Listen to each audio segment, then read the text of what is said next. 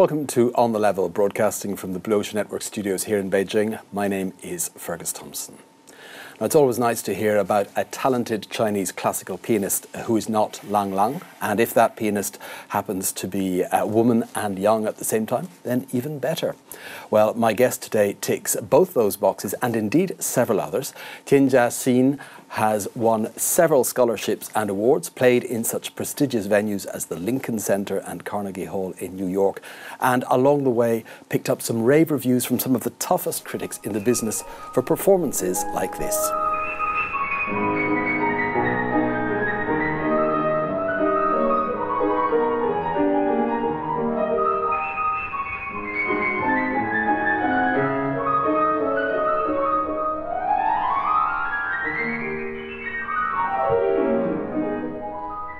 Tian Jiaxin playing in the Lincoln Center in New York there. Jiaxin, welcome to On the Level. That was a wonderful bit of playing. Hi. I've always wanted to ask this question of somebody who's actually been there. How do you get to Carnegie Hall? Practice, practice and practice. You have been there then. Yes.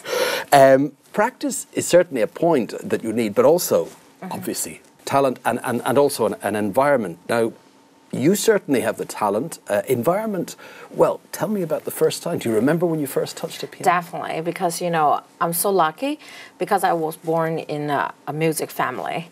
My mom is a soprano and my dad is a composer. Right. So, you know, give me really special environment to grow up for this music world.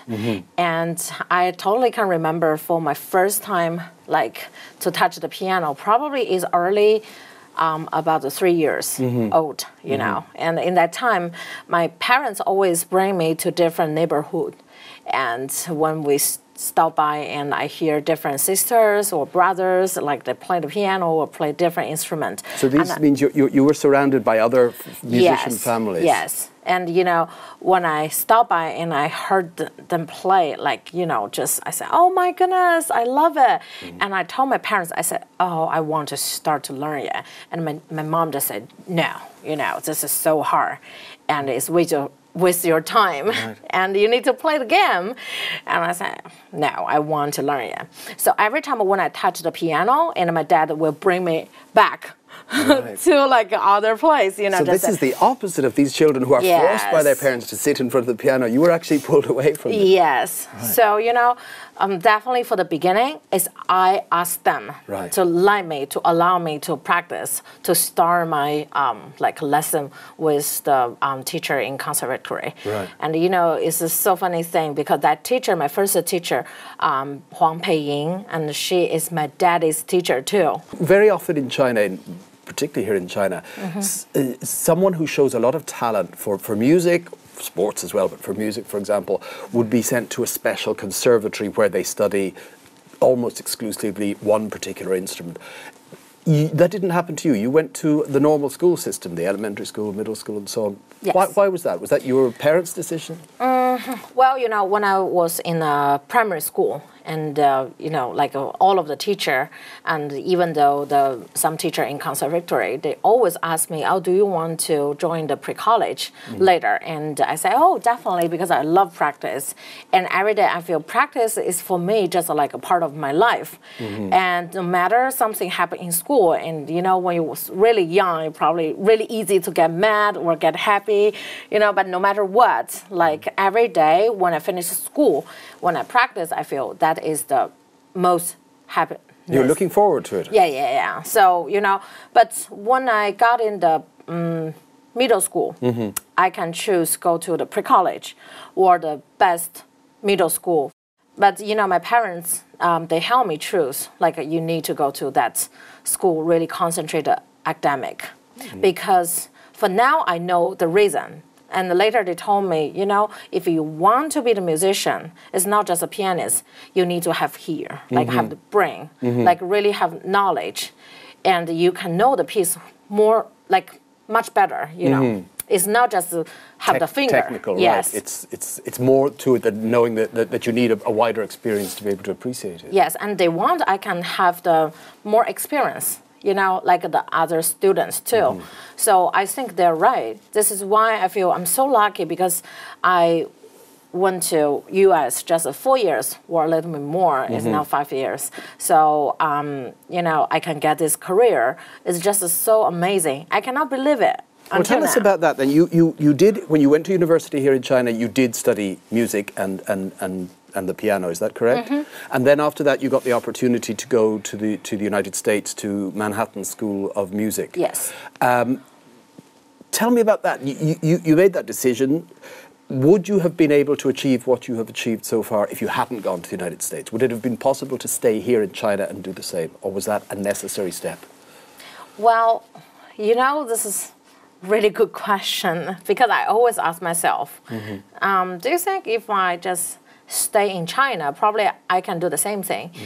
But I need to say, I think that just will be totally different. Because I feel, you know, for the education, in China, the teacher, like, they have really, really good knowledge, can teach us, like, have good finger, good technique. And even though they have some special way to training our finger, our musicianship, you know. But for in U.S., the knowledge or the education is totally different. Like when I was in Manhattan School of Music, my teacher, Jeffrey Cohen, he always tell me, like, he doesn't want, like, push me a lot. He wants to open my mind and let me to go to museum or, like, to hear more concert, to get more experience, and to get open my mind, open my eyes, and just to see other world. So not even necessarily always musically linked activities. You're doing something that might seem to have nothing to do with it. Yes, and every time when I play the piece, he always asks me, oh, what's your story about this piece?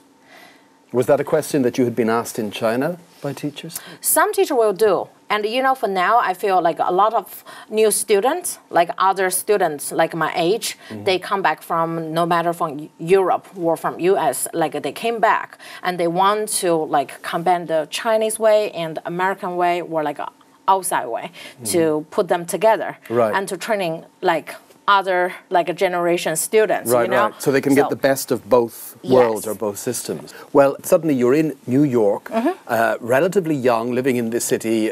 Everything's very different. How was that? Where did you live? How did you integrate, and how did you cope with this completely different world? You know, my personality is more like, sometimes like a boy, you know, I really like a challenge thing. So, you know, when I was there and I feel, oh my gosh, this is so different.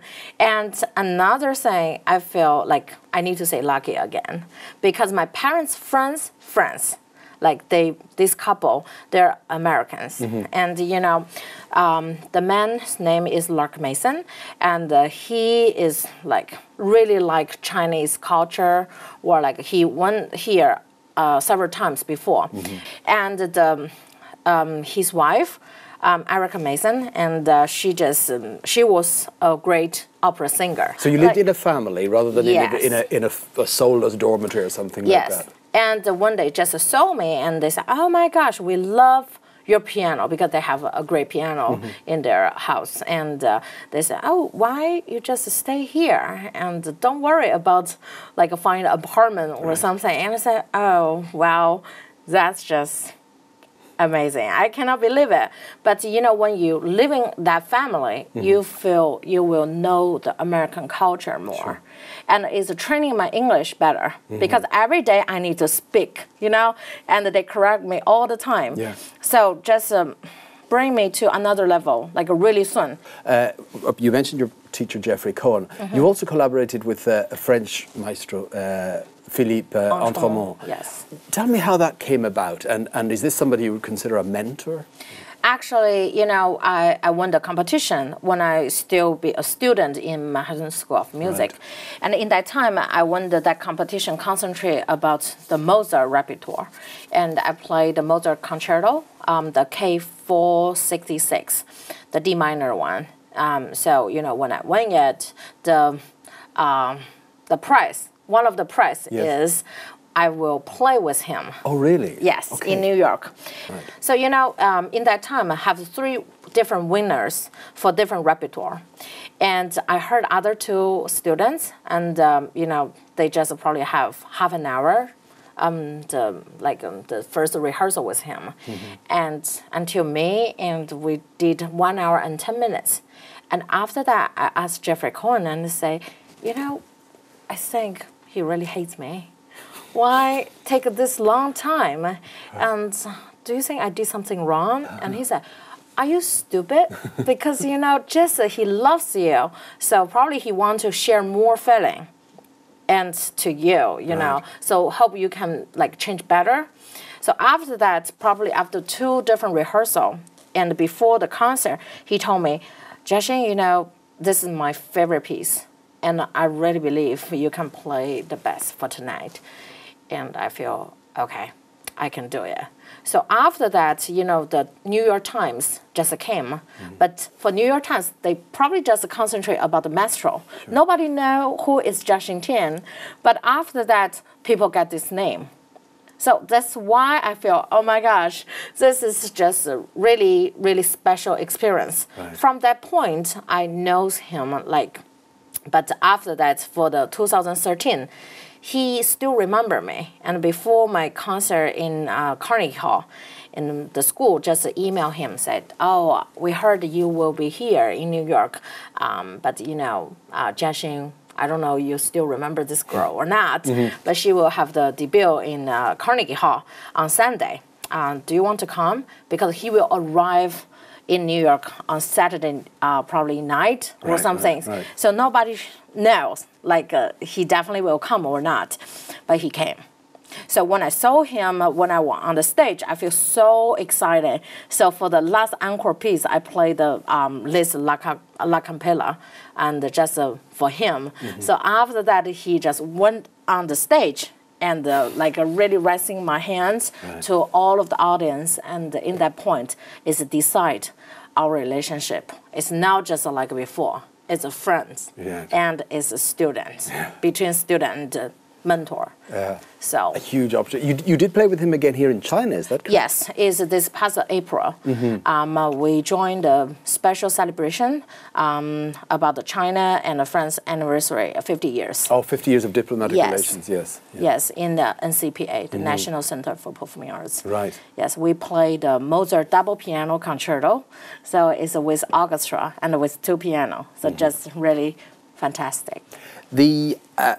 The fact of being a classical musician or pianist here, it's suddenly become very popular in China. We've got people like Lang Lang, we've got Li Yundi, superstars. There's about 50 million people taking up the piano in China since that, a lot of it perhaps of this. How many women are taking up the piano at this age? Is there a difference there? There's a Wang Yujia, somebody else as you, but do you think that they need more role models as well?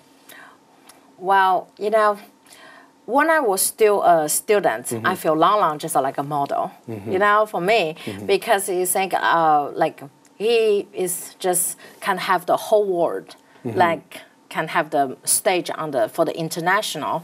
But sure, he's known all around the world at this stage. Yeah. But for example, Yu Jiawan, when we were in primary school, we were classmates before, but later we chose different way. She earlier to concentrate about just music. Right, that's fascinating. You both went to the same primary school? Yes, but just we concentrate in the conservatory, doing some year training or sight reading, something like that. Right. So later, she went to the Canada or have her career earlier than me. So for me, I feel for women definitely harder.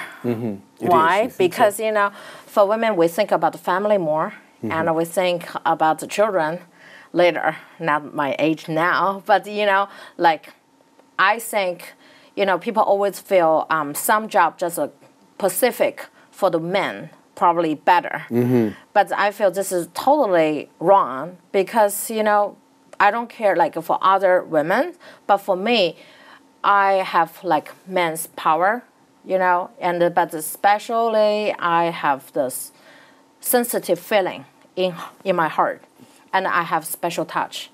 So, I feel I want to be a model for the later, or even though for now, like can encourage more people, encourage more students. You are involved, you have been involved in some teaching here and trying to inspire people in master classes and so on. Is that something that's really important to you, as important as performing? Yeah, actually I love both.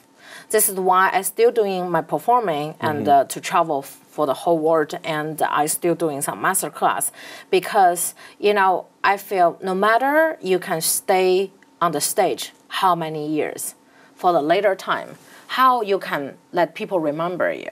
Right. You need to have students. You need to have younger people really can keep going. Use your way. Sort of a legacy. Yes. For the future. Yes. Do you think, speaking of role models, do you think the fact that the wife of President Xi Jinping, Pang Liyuan, is from an artistic background? She's here in China, a very famous singer.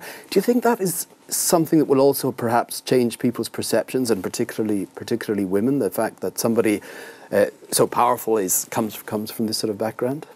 I think so, actually, because I know her, like I heard her performing when I was young, like really little, because like she performs opera and do some cooperation with the opera, like orchestra, and my daddy and were in that orchestra too. Today, international, you travel around a lot. International musicians, when they meet each other, I'm just sort of curious about this. Do they speak English to each other? Does everybody speak English? Do they have their own? How do you communicate with each other when you're meeting in concerts and things like that? Is it necessary for somebody who's going to enter this world to speak English? Actually, for me, I prefer use English because English still like for the international language, especially for like artists. For example, like when we travel a lot, no matter in Europe or in US, like when you need to speak to the audience, you need to let them like know more about you. Even though like today I need to do the interview, so can let them hear my story. But if you always just talk about like a Chinese, you never can do it. Yeah, at least this interview will be open to a lot more people who don't speak Chinese, and they'll be able to find out about somebody who's going to spend a lot of time. And especially I want to encourage more students, like just got to like US or Europe, they need to try, like work hard, to just don't be shy, you know what I mean? Like, because a lot of students, they just want to always find the Chinese group or like a Korean group, like they always use their own language and talk to each other. I know that's so comfortable, for me it's the same, but you need to try use different way to train yourself. Now you are, you're playing an instrument which is essentially an instrument that comes from Western culture. You're playing a repertoire which is mostly Western, not always, but mostly that. And there are a lot of other Chinese pianists like you who are doing that. Do you think we will see a time when we see people who are not Chinese, wherever they come from outside of China, coming and doing the reverse and perhaps becoming maestros in the erhu or the guqin? Do you think that's something that we might see in the future? Yes, I think so. Just like us, because for piano is the Western instrument, and how can we have the international career? Because we go like outside to see different world, and we try to bring different way to play the piano. And so even though for my dream, or for my goal, I want to bring more Chinese music to the international stage too. Like for this time, I play for the new concerto with the National Center for Performing Arts in there, and with our best orchestra. And in that time, I played the new concerto. The name is The Chinese Dream. I see. It would be called that, wouldn't it? Yes, and I will play that solo piece for my coming concert in Carnegie, the biggest hall, too. So that will get exposure in the West, in the United States, through you playing it there. So it's not a one-way street. You'd like to bring Chinese classical music to the outside, as well as bringing the Western music in here to China. Yes, just like you said, probably some people, like they come from outside and they can use their own way to play erhu or play guqin, Yes, they might get some sort of fusion or difference. Well, talking about musicians who give their own touch, you said it was so important not just to be technically perfect, but to have your own, I guess, personality come through and your interpretation. Is it possible amongst musicians to say, ah, yes, this is the way that a French person plays this piece, or this is the way that a Russian plays it, or a Chinese person, or Japanese? Is that possible, or is it more personal rather than to do with where a person comes from? Actually, if you really be careful when you hear some people like play their own concert, and probably you can figure out, because definitely French musicians or Chinese musicians or Japanese, they have like some specific character, you know, distinctive, what I mean? Yes, that goes with their background and nationality rather than just personal. There is something you can tell. Like an accent, for example. I'm thinking of an accent when somebody speaks English. You can say this person is Japanese and this person is Russian. Yes. Does that come through in music? Yes, but you know, for me, like probably most important thing is no matter which musicians or which pianists, they still have their personality. So this is why you can remember no matter the Argresh play the piano or Horowitz play the piano or Rubinstein, you know? So they still have their personality. That is more important. Right. Because, you know, if just have the French style or Chinese style, you still cannot figure out who is Lang Lang, who is Jiaxin, or, you know, so. You're playing in places like Carnegie Hall, Lincoln Center, enormous. Here in China, this enormous center for the performing arts. You're quite young. Do you get nervous walking onto a stage where you know maestros are playing beforehand? Is that something that affects you? It doesn't seem to. A lot of people ask me this question, and for me, if I have bigger stage, I feel more relaxed. Really? Yeah, that's just incredible, because I don't know what kind of feeling or like who give me this influence. You feel more confident the bigger the place is? Because I think probably it's getting that experience from my mom, because she is opera singer before. And she told me every time when you walk on the stage, please smile and feel like this is just my home.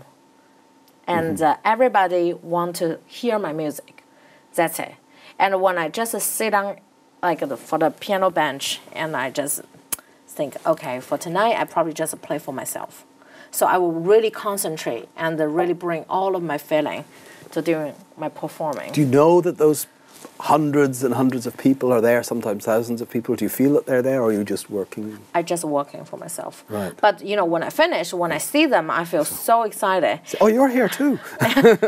And, you know, probably why you don't feel nervous, because you cannot figure out who it is, because the place is so big, you cannot see their face, you know what I mean? Sure. Yes.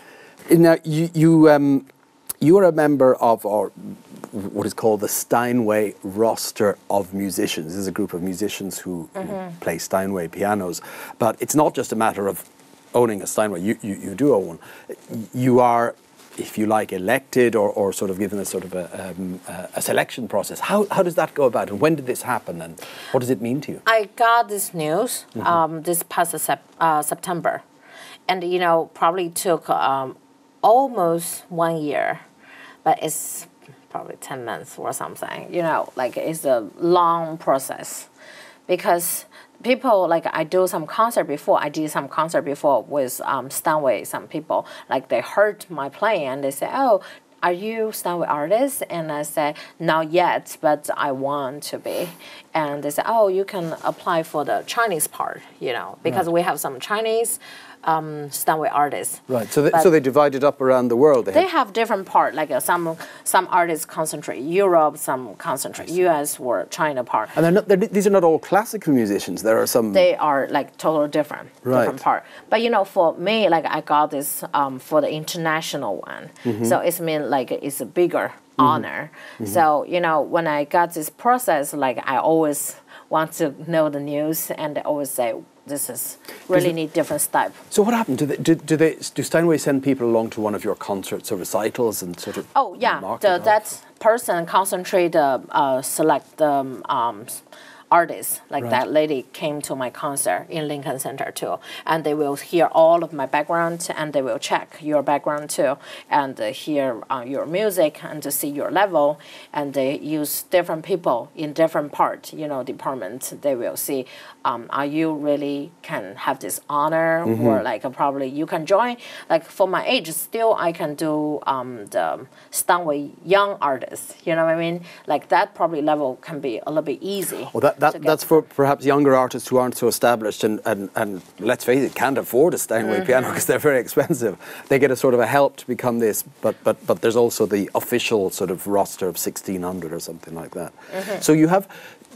But for me, like this name is so meaningful because like all of the maestro, they're all like Steinway artists. Right. So when it's an exclusive club that you want to get into. Yes. You have this piano, this magnificent piano Steinway, but it's not like a trumpet player can carry his trumpet around the world, or a violinist can take hers. You don't travel around with your piano in an aeroplane, no? What happens? It stays somewhere? Like for us, my teacher told me, Jiaxin, for us, like piano just like your boyfriend. And I told him, it's not. Because, we cannot carry our boyfriend all the time. And, if I have my boyfriend all, like, everywhere, it's me, I'm not a good girl, So I just make a fun with him. But just for us, it's more difficult. But this is our life. Because... But if you play, for example, here in China and you come over to do a concert here, they will provide a piano for you here, but you have to get used I need to that? get it. No, like for us, we have more experience. So probably use like one rehearsal or like two, like to try the piano, try the pedal, try the feeling, try the color, everything. But use really short time and we will know that much better. Yes. So. This, the life of a musician at this level involves a lot of traveling around, obviously without your piano. But I guess it's exciting at the beginning. Does it become a grind? Does it become oh no, I've got to get that flight tomorrow? Or is it something that's still exciting for you? I still feel really exciting because, for me, travel is not just can give me the experience to have the concert in there where I can see all of my fans in there. But the most important thing after the concert, I will travel, like do something else, no matter go to museum or go to some place, no matter Bach went there before or like which composer went there before. So you will know the culture more. Right, so you take advantage of the time. You don't just go for the concert and fly out, you take advantage of the time. Yes, if I have time, Well, keep doing that because as the pressure builds up, maybe it won't be so easy in the future and you'll have to move more quickly. These awards, these scholarships, you are you're on the Steinway roster, Steinway Artist. You have your own postage stamp. Over the next, let's say, 5 years or so, what sort of goals, what ambitions do you have? Will you be more in China, more in the United States, traveling around, or is it open? Yeah, because for my concert, I already signed a contract until probably 2016, at least. So I will do more tour concert, no matter in here or in US or in Europe. And I will do more thing with Maestro, Philip Antremont, because this year he already have 80 years, you know what I mean? So I feel that's more value for me. And every time when I have the concert with him, I feel I learn a lot. It's not just about music. It's not just about playing the piano. It's more about I learn how can be a musician, how can be an artist. It's not just a pianist. So I want for that, next 5 years, probably I will keep going, still learning something, because every year I can change, and I already have my CD album, but I will do more recording for this next 5 years. And another thing, I want to do more master class, even though do some music festival and do some charity activity, because I want to help some people, no matter they don't have good health, or some children, they just really poor. They love music. I want to do something. It sounds like it's going to be a busy 5 years ahead for you. So whether it's teaching master classes, entertaining people with that beautiful playing, or just learning more about life, I wish you the best for that period. Thank you. Tian Jiaxin, thank you very much for coming on The Level. It's my pleasure.